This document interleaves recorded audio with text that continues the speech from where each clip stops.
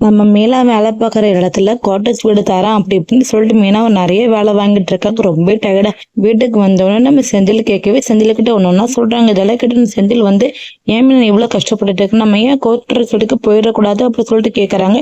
இந்த கேட்டோன்னா மீனா வந்து இதை பத்தி பேசுங்க, எனக்கு போக விருப்பம். அது மட்டும் இல்லாமன்னா நீ வீட்டுல தான் எங்கேயும் போக மாட்டேன், இங்கதான் இருப்பேன் அப்படி சொல்லிட்டு ரொம்ப கோமா கிளம்பி போயிறாங்க. இதை பக்கம் நம்ம மீனா போனதுக்கு அப்புறம் செந்தில் யோசிச்சு பாக்குறாங்க, நம்ம ஏன் குவார்டர்ஸ் வீட்டுக்கு போக கூடாது, பசங்க இங்க இருந்து ஏன் டென்ஷன் ஆகிட்டு இருக்கோம், அப்பா கூட தேவையில்லாம திட்டு வாங்கிட்டு இருக்கோம், நம்ம அங்க போய் நம்ம நிம்மதியா சந்தோஷமா நம்ம நினைச்சதெல்லாம் பண்ணலாம் அப்படி சொல்லிட்டு நினைச்சுட்டு இருக்காங்க. அதே நேரம் இந்த பக்கம் நம்ம பாண்டியன் வந்து ரொம்ப நஷ்டத்துல போகுது வியாபாரம், மக்கள் எவ்வளவு பணம் இருக்கு சொல்லி கோமதி கிட்ட கேட்டுட்டு இருக்காங்க. அது என்ன நேரத்துல நம்ம செந்தில் மீன் எல்லாருமே உட்காந்து யோசிச்சுட்டு இருக்காங்க, பேசிட்டு இருக்காங்க. அப்ப பாண்டியன் வந்து இப்படி சொன்ன உடனே மீனா வந்து ஏன் மாமா அத்தை கிட்ட பணம் கேட்டுட்டு இருக்கீங்க, அது மட்டும் இல்லாம நீங்க கொடுத்த 10 லட்ச ரூபாய் பணம் எங்களோட சும்மாதான் இருக்கு, நீங்க அதை வேணா வாங்கிக்கிறீங்கன்னு சொல்லி கேக்குறாங்க. உடனே நம்ம பாண்டியன் சொல்றாங்க, அதெல்லாம் ஒண்ணும் வேண்டாம், அது மட்டும் இல்லாம உங்களுக்கு ஏகப்பட்ட கடன் இருக்குல்ல, அதை முதல்ல அடிச்சு முடிங்க, அதுக்கப்புறம் இதனால பாத்துக்கலாம் அப்படி சொல்லிட்டு நம்ம மீனா கிட்ட சொல்லிட்டு கிளம்பிடுறாங்க. இந்த பக்கம் இதெல்லாம் இப்ப கேட்டுட்டு மீனா வந்து கொஞ்சம் யோசிச்சு பார்த்துட்டு இருக்காங்க. அப்ப கரெக்டா மீனை தனியா உட்காந்து நேரம் பார்த்து நம்ம செந்தில் வந்து மீனா திட்ட ஆரம்பிக்கிறாங்க. என்ன மீனா ஃப்ரெண்டுக்கு முட்டாள்தனம், அது மட்டும் நம்ம கொஞ்சம் மட்டும்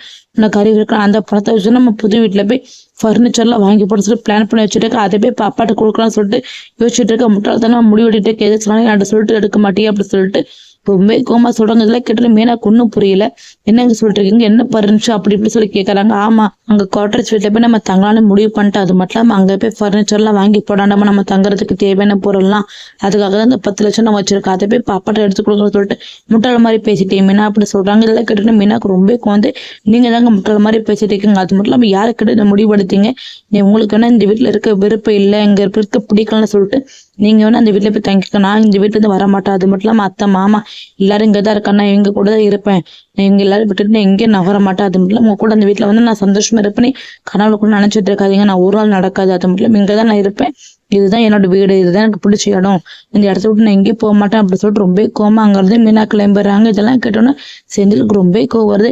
என்ன பைத்தியக்காரத்தனமா பேசிட்டு இருக்க, இந்த வீட்டுல நிம்மதியா ஒரு விஷயம் பண்ண முடியாது, அது மட்டும் எதுக்கு எடுத்தாலும் பர்மிஷன் கேட்கணும், ஆசைப்பட்ட இடத்துக்கு போக முடியல, நினைச்சு சாப்பிட முடியல, நினைச்ச துணி வாங்கி கொடுக்க முடியல, எல்லாத்துக்கும் பர்மிஷனை கேட்டு சேர்த்து வேண்டியதா இருக்கு, அதை போய் புரிஞ்சுக்காம முட்டாள மாதிரி இந்த வீட்டுல அடிமையா வாழ சொல்லிட்டு இருக்கு, அவளுக்கு எப்படி புரிய வச்சு பேசாம இந்த வீட்டுல போய் நம்ம சந்தோஷமா நினைச்ச மாதிரி வாழலாம் அப்படி சொல்லிட்டு செந்தில் வந்து முட்டாள்தனமா முடிவு எடுத்துட்டு இருக்காங்க. இந்த விஷயம் வந்து பாண்டியனுக்கு தெரிய வருமா, பாண்டியனை வந்து அரசு பஸ்ல காதல வாங்கிட்டு இருக்காங்க. அது மட்டும் கரெக்டா இந்த இடத்துல இருந்து மீனா வெளியே போகவே பாண்டியனை வந்து கண்களை எங்கிட்ட மீனா பாக்குறாங்க. இதை பார்த்து மீனாக்கு அப்படியே தூக்கி வாரி போடுது. அப்போ பாண்டியன் நடந்த விஷயத்துல கேட்டுட்டாரா என்ன, எல்லாமே பொறுத்துன்னா வரப்போற வீடியோல பார்த்து தெரிஞ்சுக்கலாம். அது மட்டும் இல்லாம பாண்டியனுக்கு வந்து செந்தில் இந்த மாதிரிலாம் பண்ற விஷயம்லாம் தெரிய வந்துச்சுன்னா பாண்டியன் எடுக்க போற முடிவு என்ன இருக்கும், செந்தில மீனா இந்த விஷயத்துல எப்படி சமாளிக்க போறாங்களோ பொறுத்து இருந்து வரப்போற வீடியோல ஒன்னொன்னா பார்த்து தெரிஞ்சுக்கலாம். தேங்க்யூ ஃபார் வாட்சிங்.